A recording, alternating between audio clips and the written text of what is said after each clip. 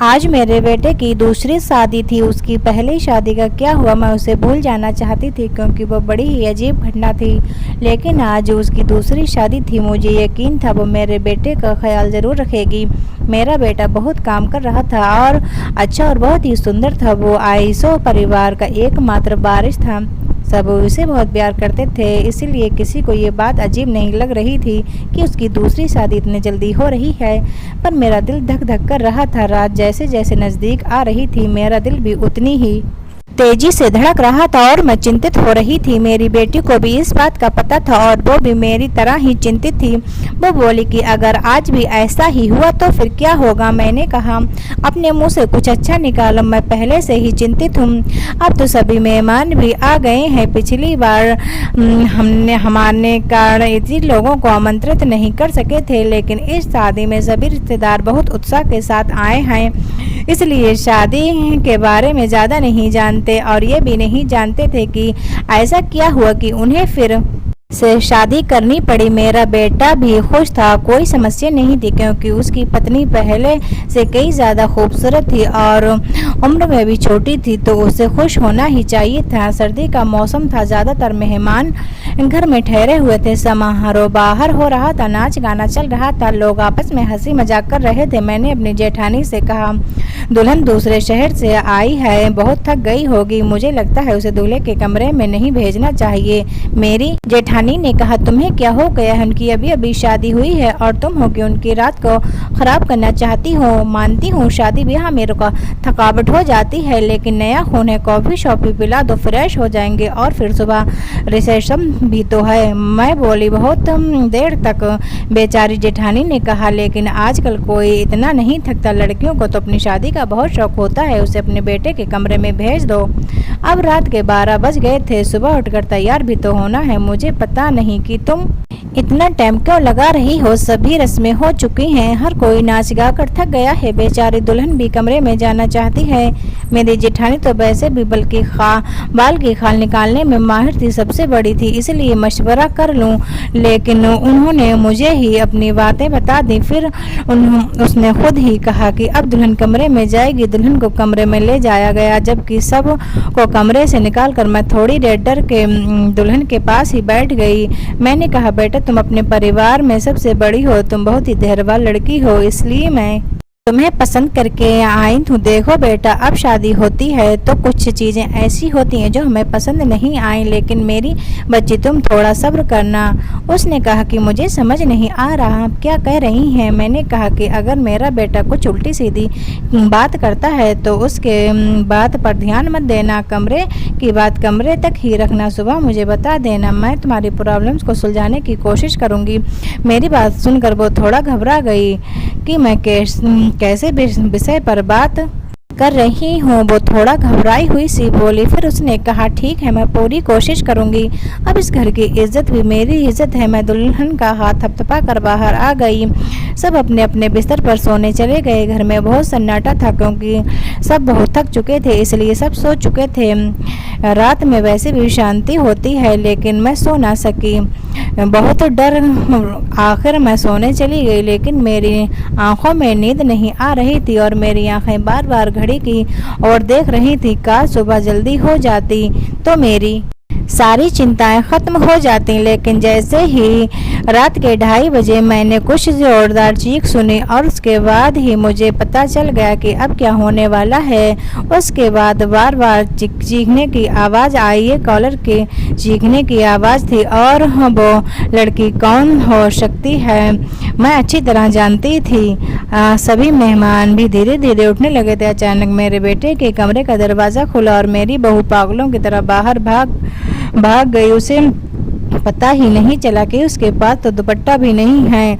आज अस्त व्यस्त कपड़ों में बाहर भागती हुई आई और घर से बाहर भाग जाना चाहती थी जब कुछ औरतों ने पकड़ लिया और कहा, बेटा क्या हो गया, अपने आप को संभालो। सब उसको संभालने लगी लेकिन वो बेहोश हो गई थी। जब कोई बेहोश होता तो उस पर पानी के छींटे वगैरह मारे जाते हैं, लेकिन मेरी बहू तो पानी से करने पर भी होश में नहीं आ रही थी। उसका पूरा शरीर ठंडा पड़ गया था। उसे फौरन अस्पताल में ले जाया गया और अस्पताल में ले जाना नहीं चाहती थी क्योंकि फिर भी वही तमाशा बन जाता, लेकिन कोई चारा भी नहीं था। बेचारी बच्ची किसी भी तरह होश में नहीं आ रही थी। उसके माँ बाप को भी बुला लिया। उन्होंने भी एक दूसरे के कानों में बातें करनी शुरू कर दी। पता नहीं हमारी बेटी को क्या हो गया है, पता नहीं उसके साथ क्या सलूक किया है। वो सब लोगों में मुझे अजीब सी नज़रों से देख रहे थे। सवाल ही सवाल थे हर तरफ और मैं बेचारी परेशान ही हॉस्पिटल में घूम रही थी। मैंने घर आकर अपने बेटे से पूछना चाहा कि अब क्या किया है, तो वो कमरे में ही नहीं था। उसका फ़ोन भी बेड पर था। कमरे की हालत तो बिल्कुल नॉर्मल थी। कोई ऐसी हरकत नहीं लग रही थी जैसे कोई चीज़ या अपनी बीवी पर हाथ उठाया हो। तो लोगों के सवालों से बचने के लिए शायद मेरा बेटा अरविंद कहाँ चला रहा था। फिलहाल तो मुझे बहू की फिक्र थी। मैं अस्पताल वापस आ गई। 2-3 घंटे में अस्पताल वालों ने मेरी बहू को छुट्टी दे दी। मेरी बहू हमारे घर नहीं आना चाहती थी। वो ज़्यादा घबराई हुई थी, लेकिन उसके माँ ने समझाया कि तुम्हारे ससुराल ही चलते हैं, नहीं तो लोगों को क्या जवाब दूंगी। लोग तरह तरह की बातें बनाएंगे। मैंने भी अपनी बहू को समझाया कि बेटा सुबह मुँह दिखाई की रस्म पूरी हो जाए फिर अपने माँ के घर चली जाना, मैं तुम्हें नहीं रोकूंगी। मेरी बात सुनकर मेरी बहू गुस्से में आ गई और बोली, भाड़ में गई आपकी रस्में और आपके घर में एक पल के लिए भी नहीं रहूंगी। मैं अपने घर जाऊंगी और मुझे अपने घर जाने से कोई समाज नहीं रोक सकता, ना कोई कानून। मैं एक पढ़ी लिखी लड़की हूँ और अपनी ज़िंदगी अपने तरीके से जीने का हक है। मुझे आपके बेटे के साथ एक पल भी नहीं रहना। मेरी बहू ने अपना फैसला सुना दिया था। मैं चुपचाप आंखों में आंसू लिए उसे देखती रही। ये तो पहले भी हो चुका था। अगर अरविंद की शादी पहले हुई थी, मेरी पहली बहू के साथ भी वही हुआ था। वो मेरी पसंदीदा लड़की थी। वो मेरी बेटी की दोस्त थी और उसे बहुत पसंद करती थी। वो उसे बहुत खुशी के साथ घर लेकर आई थी। इन लोगों ने हमारा बहुत सहयोग किया था। वो एक अमीर पिता की बेटी थी। वो बहुत अच्छी लड़की थी। मुझे भी उसका घराना अच्छा लगता था। कुछ ही दिनों में मैंने महसूस किया कि जैसे वो अरविंद को पसंद करने लगी है और शायद इसीलिए रिश्ता भेजा गया था। लेकिन शादी के बाद उसके साथ भी ऐसा ही हुआ था। शादी की पहली रात भी वो चिल्लाती हुई कमरे से भाग गई थी और उसके बाद मेरे बेटे की शक्ल देखने से भी मना कर दिया।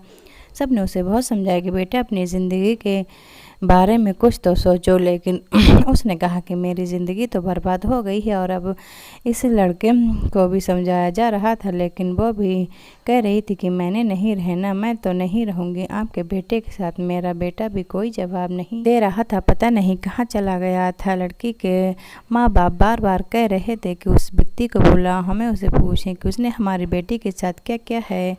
सब मुझे पर सवालों की बौछार कर रहे थे, लेकिन मैं चुप साधे खड़ी रही, कुछ भी नहीं बोल पा रही थी।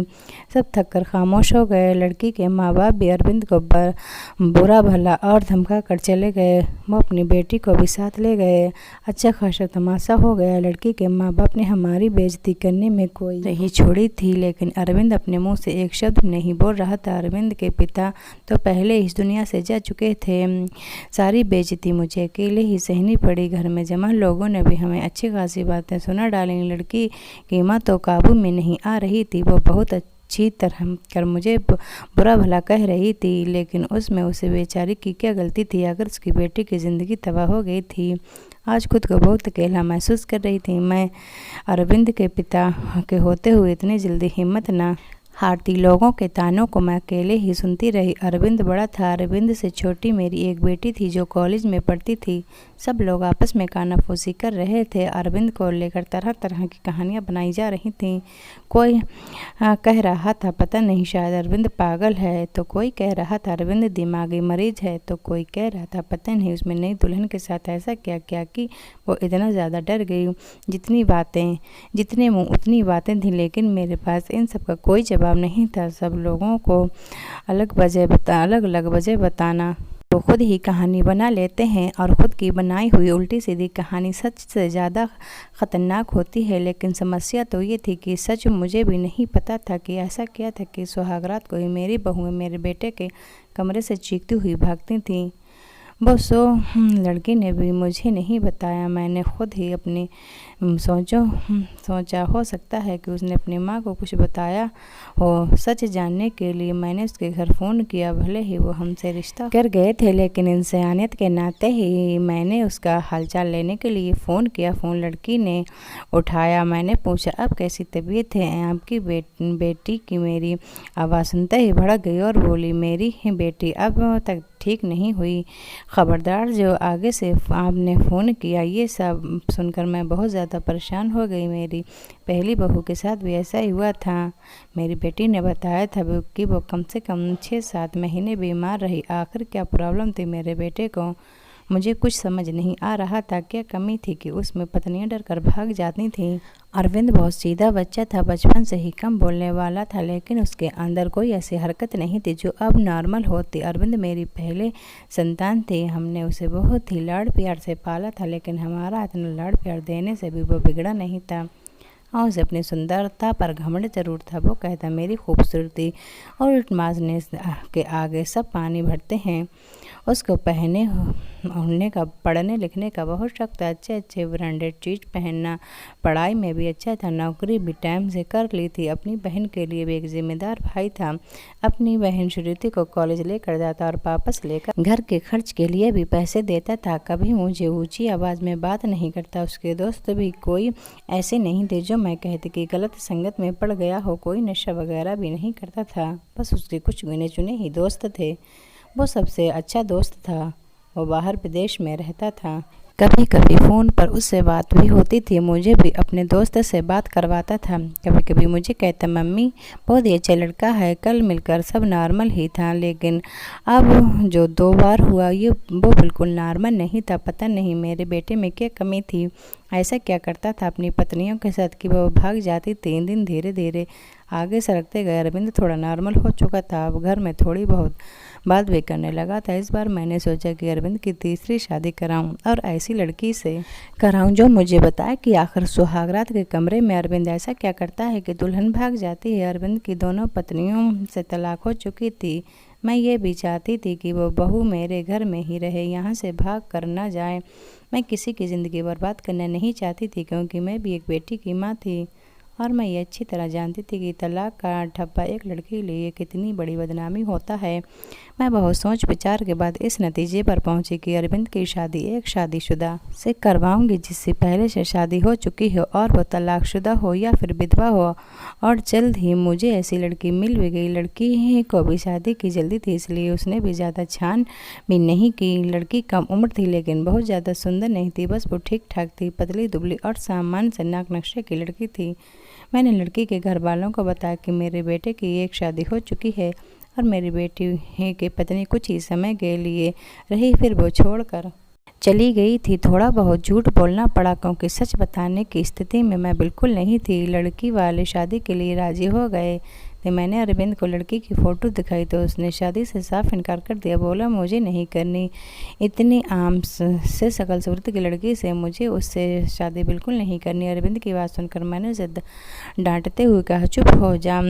इस तरह की क्या तेरी हरकतें हैं? उन हरकतों के चलते तो मैं तेरी कभी भी शादी नहीं करनी चाहती, लेकिन हाँ, मैं एक माँ हूँ ना, इसलिए सोचती हूँ कब तक बैठी रहूँगी और तेरा ध्यान रखूँगी। मेरे जाने के बाद कोई तो ऐसा हो जिसके साथ तो अपनी ज़िंदगी गुजार सके। बोलते बोलते मेरी आंखों में आंसू आ गए। मेरी आंखों में आंसू देखकर अरविंद चुप हो गया।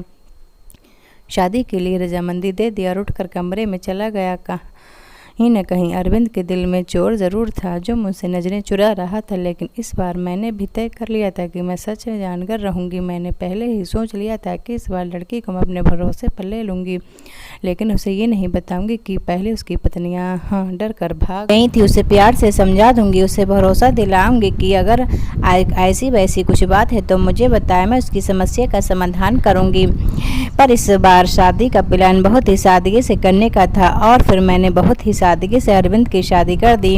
लड़की का नाम रश्मि था, बहुत ही प्यारी बच्ची थी। मेरी बेटी ने मना भी किया था कि मम्मी रहने दें, भाई को भाई के हाल पर छोड़ दें, लेकिन मैंने उसे समझाया कि बेटा हो सकता है तेरे भाई के साथ कुछ मसला हो जिसे सुलझाना हमारा फर्ज है। शादी निपट गई। इस बार मैंने ज़्यादा मेहमानों को नहीं बुलाया था। घर में कुछ ही मेहमान थे जो कि मेरे रिश्तेदार नहीं बल्कि मेरे कुछ जानने वाले थे। मेरी रश्मि को मैं अरविंद के कमरे में ले गई। उसे बेड पर बिठाते हुए मैंने रश्मि का हाथ अपने हाथों में लिया और हल्के से दबाते हुए बोली, रश्मि बेटा तुमसे बहुत ही ज़रूरी बात करनी है, बहुत ही ध्यान से मेरी बात सुनो। रश्मि आश्चर्य से मुझे देखने लगी कि भला ऐसी कौन सी ज़रूरी बात है जो अभी करनी है। मैंने रश्मि को समझाते हुए कहा, बेटा अरविंद शादी के लिए राजी नहीं था। बहुत ही मुश्किल से मैंने उसे शादी के लिए तैयार किया है। हो सकता है मेरा बेटा कुछ अजीबोगरीब हरकतें करे, हो सकता है तुम्हें डराने की कोशिश करे जिससे कि तुम डर कर भाग जाओ, लेकिन बेटा तुम्हें डरना नहीं है। जो भी हो तुम्हें सब मुझको बता देना।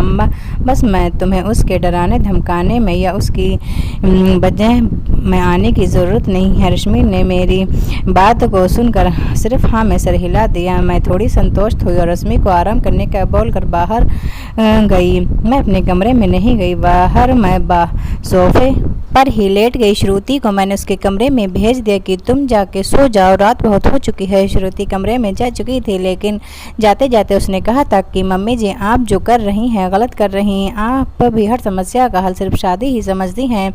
आपको किसी की बेटी की ज़िंदगी यूँ बर्बाद नहीं करनी चाहिए। श्रुति जा चुकी थी और मैं सोफे पर लेटी दिल ही दिल में अपने भगवान को याद कर रही थी और दुआ मांग रही थी कि भगवान ये रात अच्छे बीत जाए। बहुत ही खामोशी थी। ऐसा लग रहा था जैसे तूफान के आने से पहले की खामोशी हो। घड़ी की टिक टिक भी मेरे सर पर हथौड़ों की तरह लग रही थी। मैं अपने भगवान को मनाने में लगी हुई थी कि तभी वही हुआ जिसका मुझे डर था।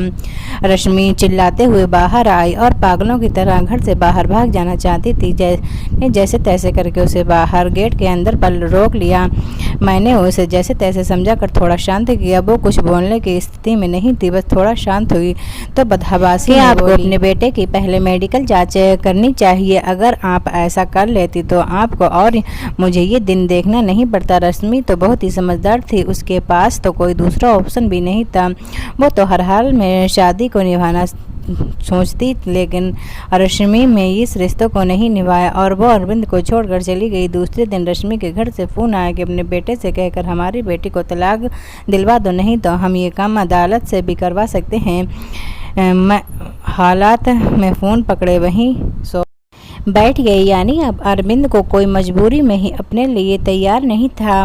पहले मैं जो बहू लाई थी वो अमीर घराने की सुंदर और पढ़ी लिखी थी, लेकिन रश्मि तो विधवा थी, गरीब घराने की थी और बहुत ज़्यादा सुंदर भी नहीं थी। रश्मि को मैंने पहले ही सब समझा दिया था और तब भी वो इतना ज़्यादा बदहवास हो गई थी। आखिर ऐसी क्या कमी थी मेरे बेटे में।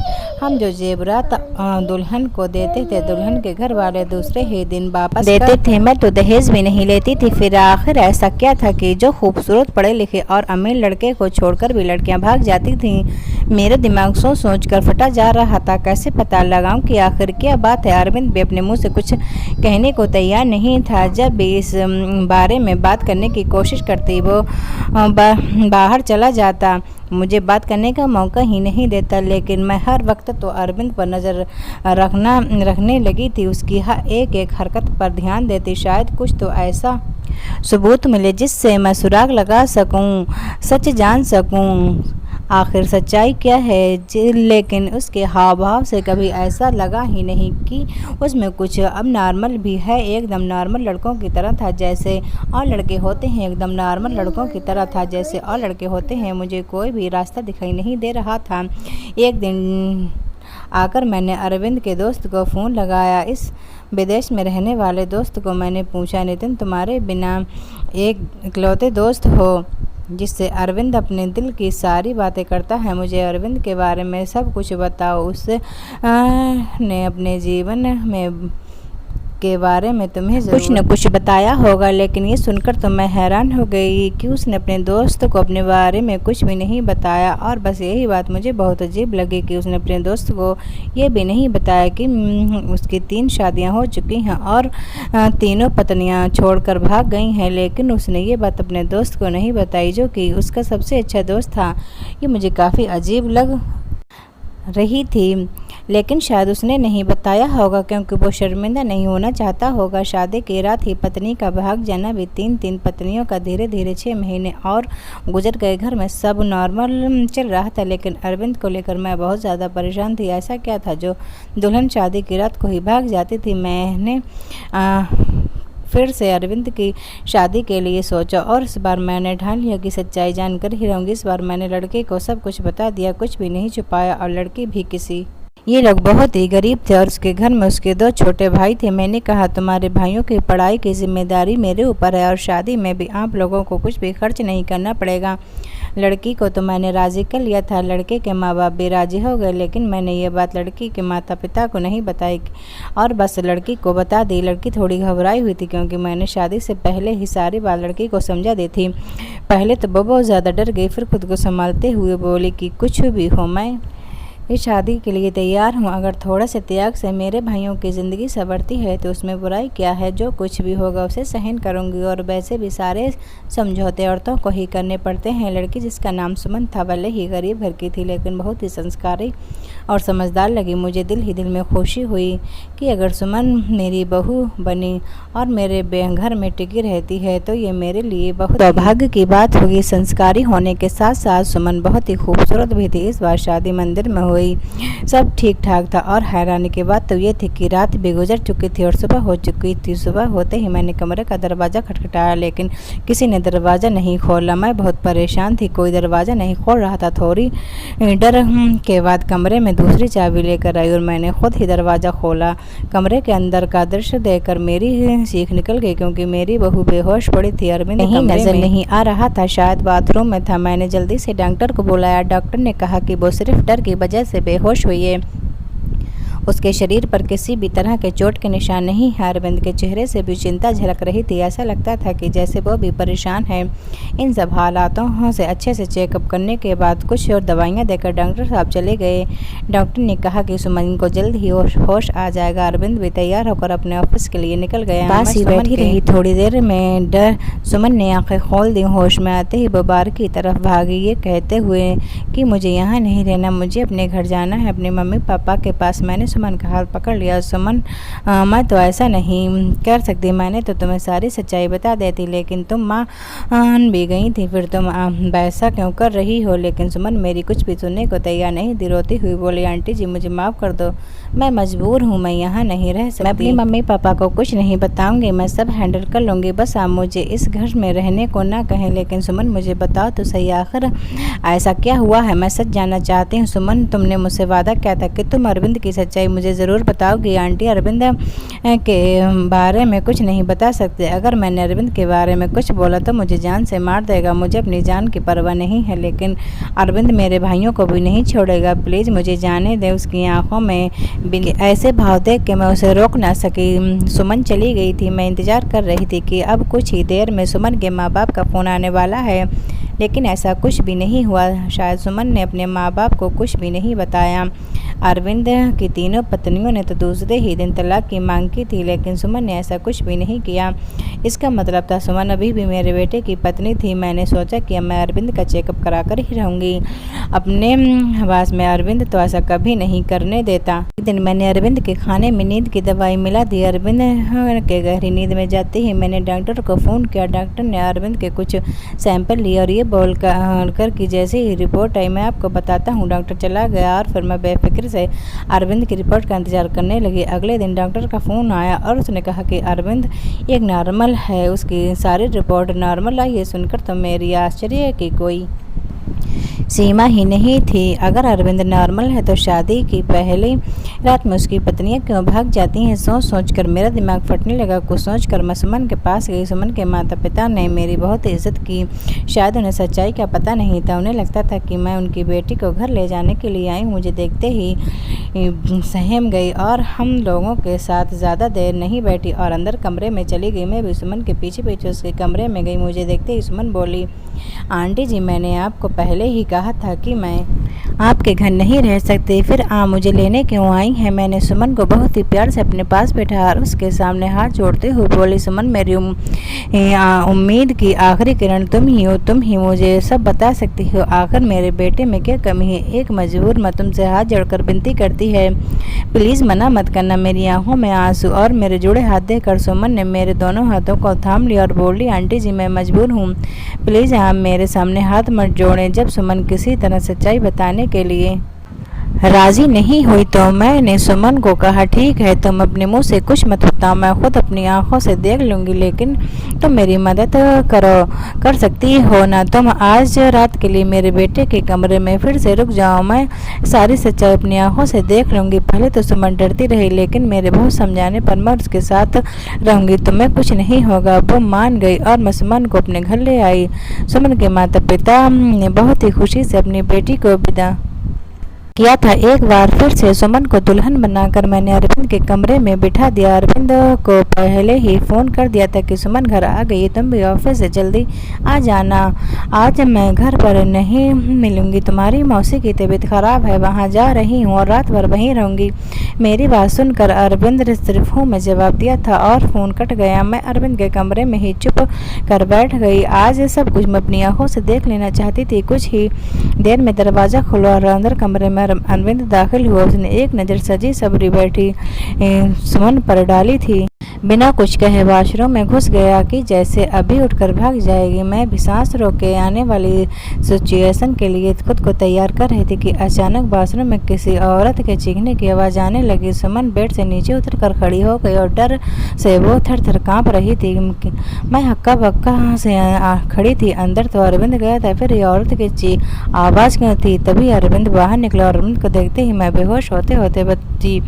उसने अपना हुलिया एकदम से बदल लिया था। उसने औरतों जैसे कपड़े पहन रखे थे, बहुत ही बेहुदा सा, यूं कहिए कि बहुत ही डरावना सा मेकअप कर रखा था। आंखों में जैसे खून उतर रहा था, आवाज़ भी लड़की की तरह ही निकाल रहा था।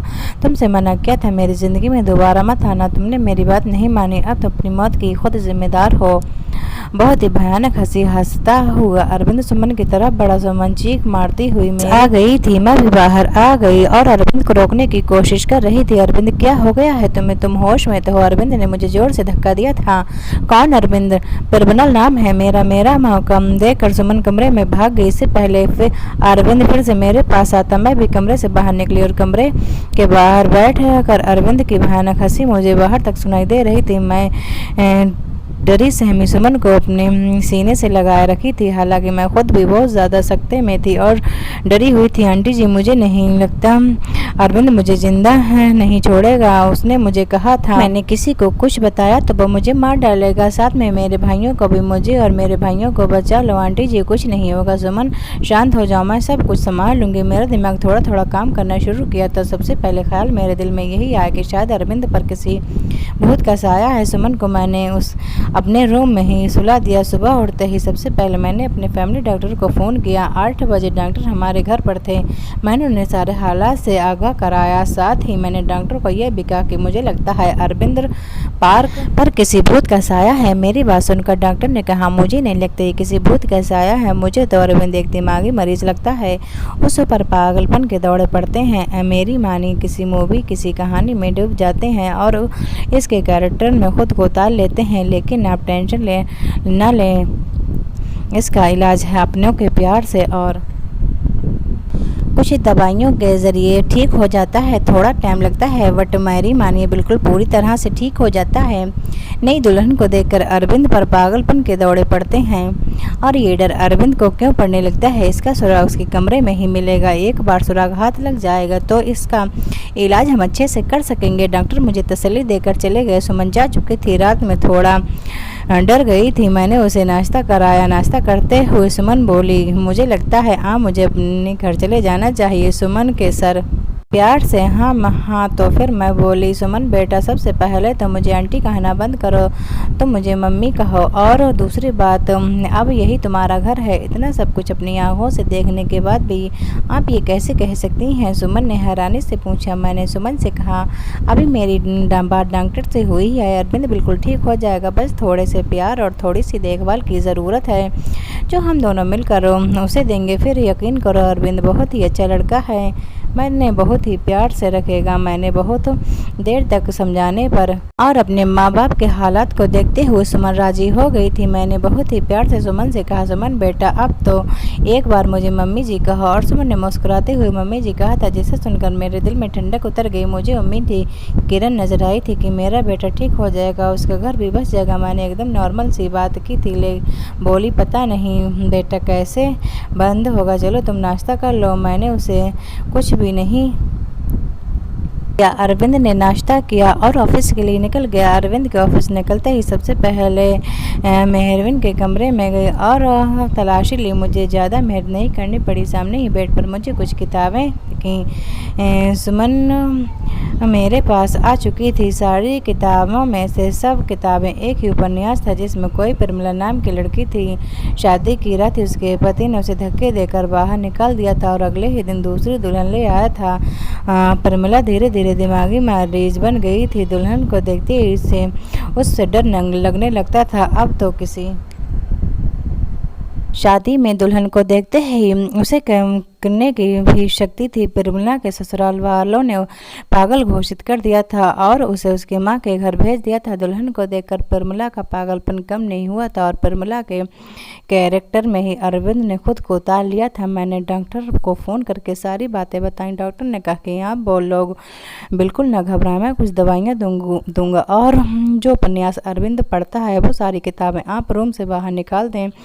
धीरे धीरे प्यार से अरविंद को समझाना पड़ेगा, उसे उस कैरेक्टर से निकालना पड़ेगा। धीरे धीरे डॉक्टर की दवाइयों से और सुमन और मेरी मेहनत से अरविंद ठीक होने लगा। सुमन अरविंद के सामने सिंपल सी रहती, कोई भी बनाव श्रृंगार नहीं करती थी। अरविंद के व्यवहार में बहुत बदलाव आने लगा। उसकी आंखों में अब मैंने सुमन के लिए प्यार देखा था। सुमन कहती भी थी कि अरविंद की निगाहें उसका पीछा करती थी। अरविंद का इलाज चलते आज 3 महीने हो चुके थे। सुमन ने जैसे मेहनत और लगन से मेरा साथ दिया था, मैं उसकी कायल हो गई थी। कोई बहुत ही अच्छे कर्म किए होंगे जो मुझे सुमन जैसी बहू मिली। सुमन अभी मेरे साथ मेरे कमरे में ही सोई थी, लेकिन आज मैंने सोच लिया था कि सब कुछ फाइनल हो जाना चाहिए। मुझे पूरा विश्वास था कि अरविंद बिल्कुल ठीक हो चुका है। मैंने सुमन से कहा, सुमन आज तो मैं आखिरी कदम और उठाना पड़ेगा, इसके बाद तुम्हारी ज़िंदगी में खुशियाँ ही खुशियाँ होंगी। सुमन मेरी तरफ देखने लगी। फिर मैंने उसे समझाया कि सुमन आज तुम्हें दुल्हन बनकर अरविंद के कमरे में बैठना होगा। वो मेरी बात सुनकर सहम गई, लेकिन फिर जल्द ही संभल भी गई। शायद उसे भी यकीन था कि अरविंद अब ठीक हो चुका है। वो भी अरविंद की प्यार भरी नज़रों को समझ चुकी थी। सुमन तुम्हें डरने की ज़रूरत नहीं, तुम दरवाज़ा खुला रखना, दरवाजे के बाहर मैं खड़ी रहूँगी जबकि तुम दोनों के बीच सब कुछ ठीक नहीं हो जाता। जैसे ही तुम्हें कुछ गलत लगे तो फ़ौरन बाहर आ जाना। रात को अरविंद के आने से पहले ही मैंने सुमन को दुल्हन की तरह सजाया। अरविंद के बेड को भी बहुत खूबसूरती से सजाया था। मैंने अरविंद के आने का टाइम हो गया था। मैंने सुमन को सजी सजाए सेज पर बिठा दिया और बाहर आ गई। थोड़ी देर में अरविंद भी आ चुका था। खाना खाते हुए अरविंद की निगाहें इधर उधर कुछ ढूंढ रही थी। मैं समझ गई कि अरविंद किसको ढूंढ रहा है, लेकिन मैं अनजान बनी रही। कुछ देर में अरविंद खुद ही बोला, मम्मी सुमन कहीं दिखाई नहीं दे रही, क्या कहीं गई है? मेरे बोलने से पहले श्रुति बोल पड़ी, भैया भाभी तो आपके ही। इससे पहले श्रुति अपनी बात पूरी करती मैंने उसे चुप कर दिया। मैंने मुस्कुराते हुए कहा, अरविंद तुम पहले खाना ख़त्म करो, उसके बाद अपने कमरे में जाओ तो अपने सवाल का जवाब मिल जाएगा। खाना खाने के बाद अरविंद अपने कमरे में चला गया। मेरा दिल जोर से धड़क रहा था, पता नहीं क्या होने वाला है, भगवान सब ठीक हो। मैं अरविंद के पीछे पीछे चली और बाहर गेट पर ही रुक गई। मैं अंदर का कान लगा कर सुन रही कोशिश कर रही थी अंदर सब कुछ ठीक तो है। खड़े खड़े मुझे काफ़ी देर हो गई, लेकिन अभी तक अंदर शांति थी। और फिर कुछ ही देर में मुझे सुमन और अरविंद की सरगोशियाँ सुनी देने लगी, लेकिन प्यार में डूबी हुई सरगोशियाँ सुनकर मैं मुस्कुरा दी। मेरे अंदर सुकून उतर गया। मैंने मन ही मन भगवान को धन्यवाद किया और अपने कमरे में आ गई और सुकून से लेट गई। सुबह मेरी आंख डर से खुली। जल्दी जल्दी उठकर मैं किचन की तरफ भागी तो सुमन को किचन में पहले से मौजूद पाया। मुझे देखकर सुमन के चेहरे पर मुस्कुराहट आ गई। सुमन की झुकी हुई नजरें और शर्मीली मुस्कुराहट से मैं पहचान गई कि सब कुछ ठीक हैं। मैंने प्यार से सुमन के माथे को चूमते हुए कहा, सुमन बेटा तुम इतनी सुबह किचन में क्या कर रही हो? सुमन थोड़ा शर्माते हुए बोली, मम्मी जी अरविंद को कॉफ़ी चाहिए थी, वही बना रही थी।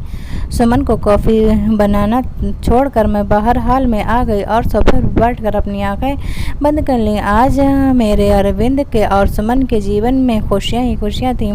भगवान मेरे परिवार को किसी की नज़र न लगे। तो दोस्तों, आपको ये कहानी कैसी लगी कमेंट करके ज़रूर बताएं और हमारे चैनल को सब्सक्राइब करना ना भूलें।